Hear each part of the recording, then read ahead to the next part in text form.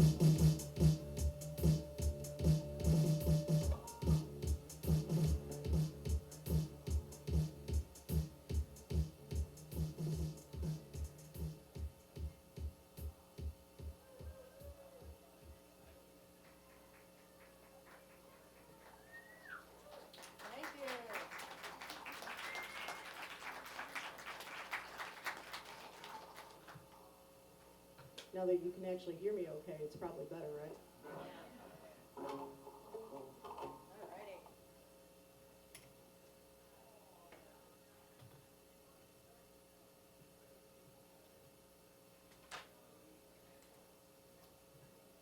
All right, continuing our story.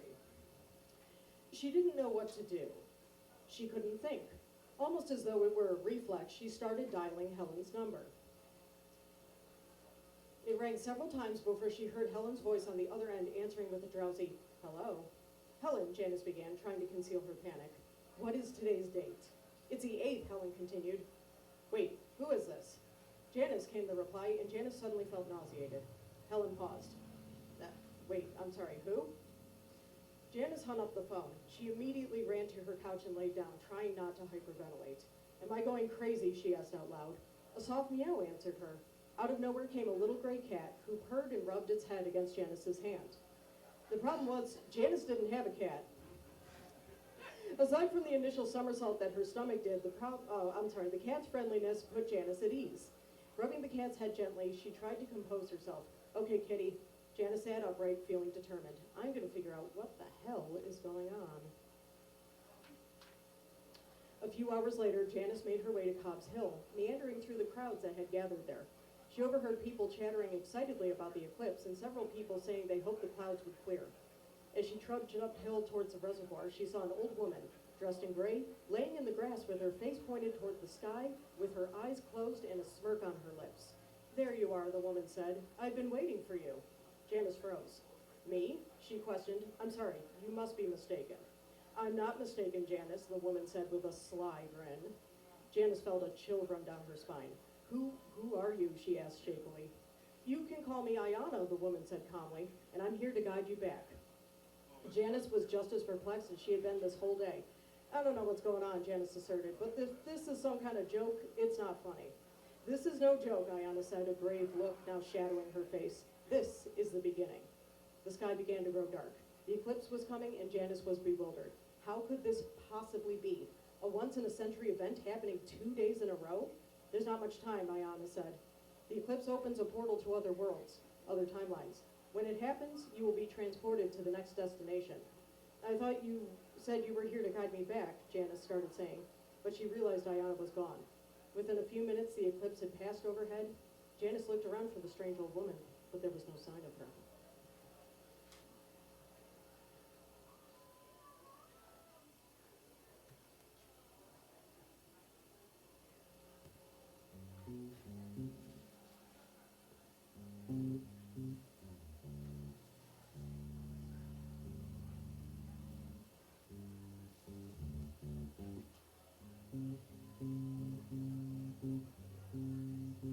It's a soft song.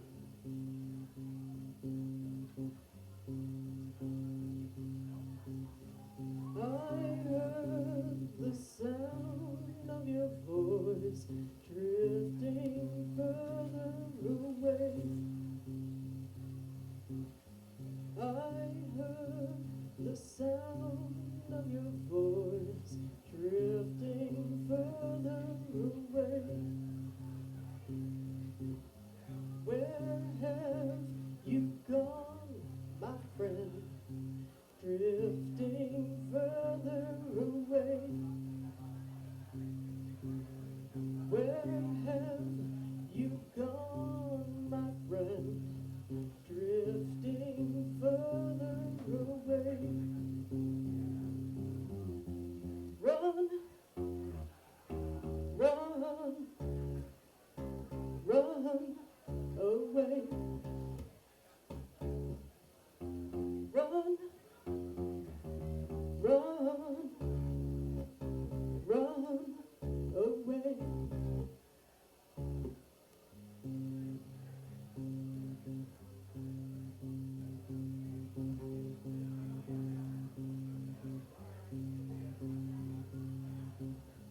I heard the sound of your voice drifting over the hill.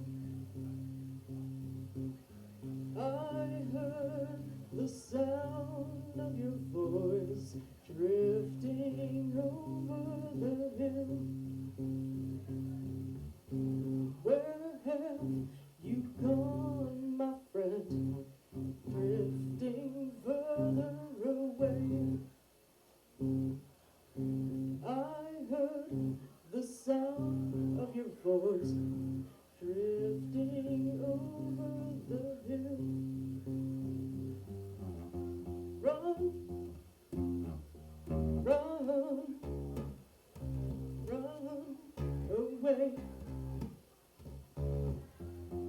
Run, run, run away. Run away. Run away. Run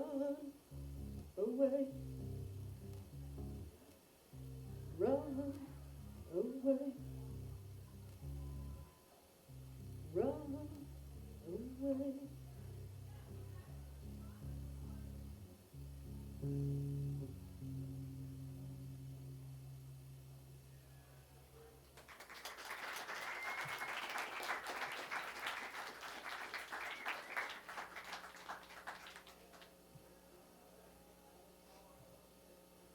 I didn't expect it to be this warm today. I made this hoodie. It's always weird in Rochester, New York.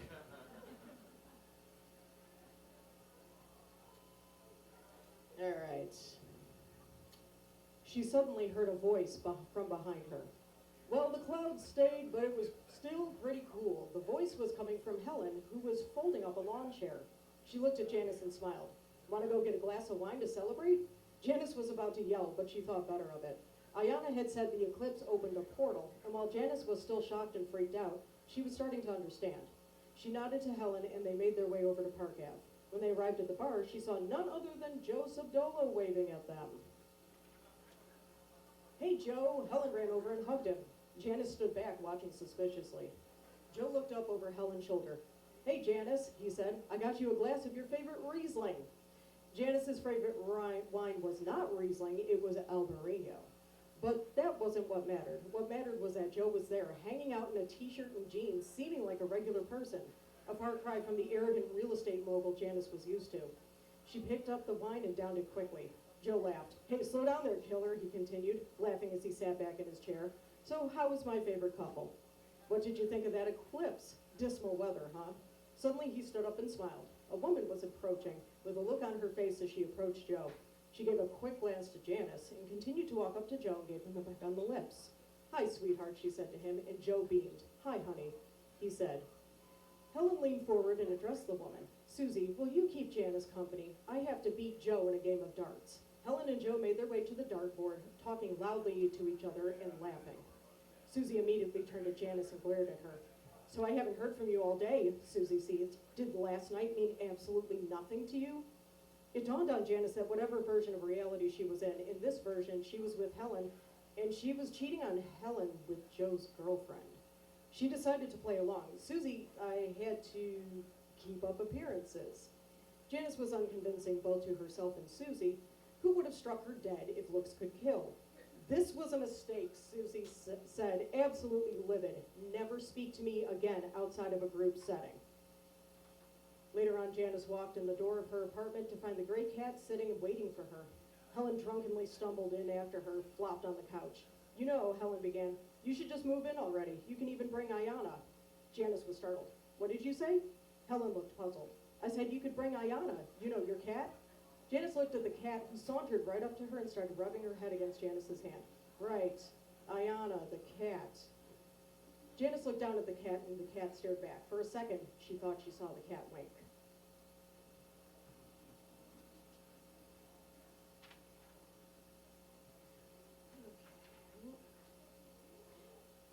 The next morning, Janus woke up slowly. She didn't know what time it was, but when she reached for her alarm clock, it wasn't there again.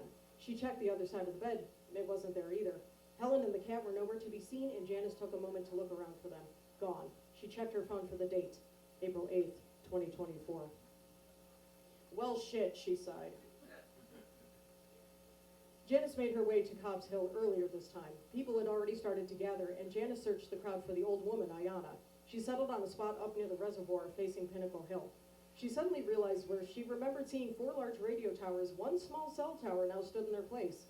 She turned around and noticed there were now 3 fountains in the reservoir, where once there had just been 1. She also noticed that the sky was remarkably clear, save a few wispy clouds to the east. She turned toward downtown Rochester. Nothing. No skyscrapers or tall buildings. It was jarring seeing nothing but a cluster of small buildings where she remembered downtown being. Suddenly she spotted Ayana, dressed in gray as usual, peering over the hill. Janus sprinted toward her, and for some reason expecting Ayana to try to avoid her, but Janus stood still, not even acknowledging Janus running up to her. I have questions, Janus blurted out. while trying to catch her breath. Why is this happening? How do I get back? And who the hell are you? Ayana continued to stare into the distance, but Janus answered with another question. Do you want to go back? I'm sorry, that should have said Ayana. Ayana answered with another question. Do you want to go back? Janus opened her mouth to reply, but then paused. She cleared her throat and followed Ayana's gaze into the distance. Ayana spoke again. I remember this place. It's just as disturbing now as it was then. She finally turned to face Janus. This is happening because you were able to move through portals without even trying. Every day at 3:20 p.m., the eclipse happens, and every night at 3:20 a.m., another time shift occurs. I personally stayed awake late and watched the scenery change all around me as I laid in bed. I've seen the wildest things. She looked into the distance again. But this version, this place we are now, really bothers me. Why, Janus began, but she stopped when she suddenly realized that there was a weird rumbling sound, and it was growing louder. Ayana pointed toward the eastern sky, where a large fleet of airplanes had suddenly appeared. Janus was shocked to see that many of the planes at once, and within seconds, the planes in the lead dropped something large that glinted in the light. The subsequent explosion made Janus jump out of her skin. Quick, Ayana yelled and gestured toward the reservoir's pump house.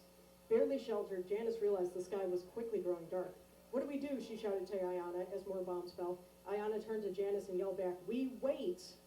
She pointed to the sky, where Janus looked up to see the sun completely obscured by the moon. It was beautiful, amid the terror. Janus thought she heard a plane overhead and ducked down, prepared for a bomb to fall.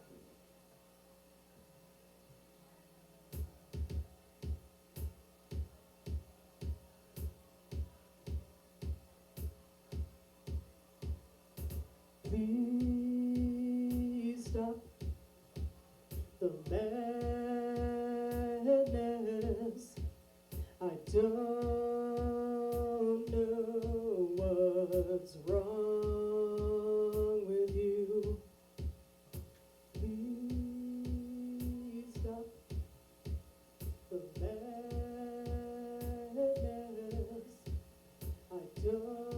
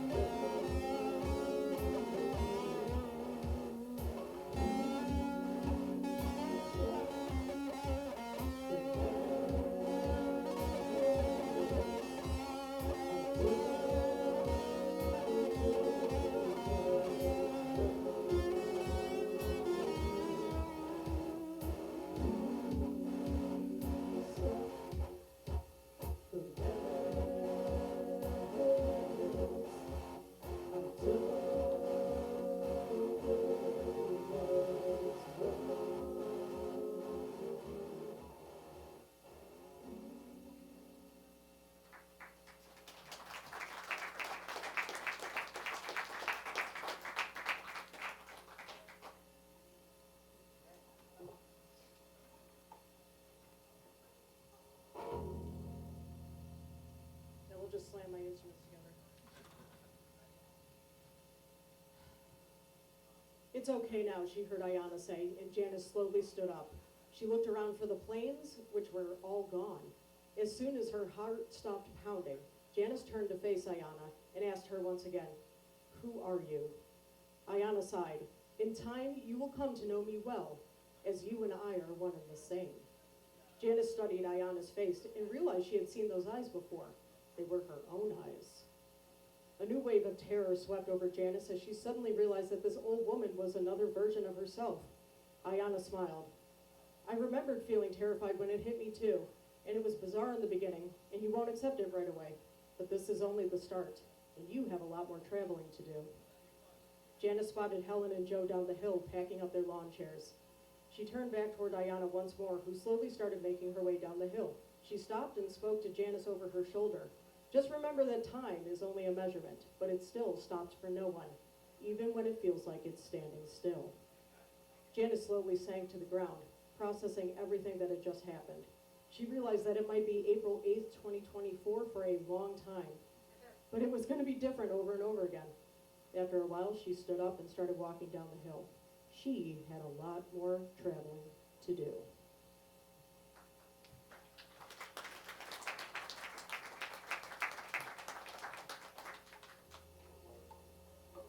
This will be the last one.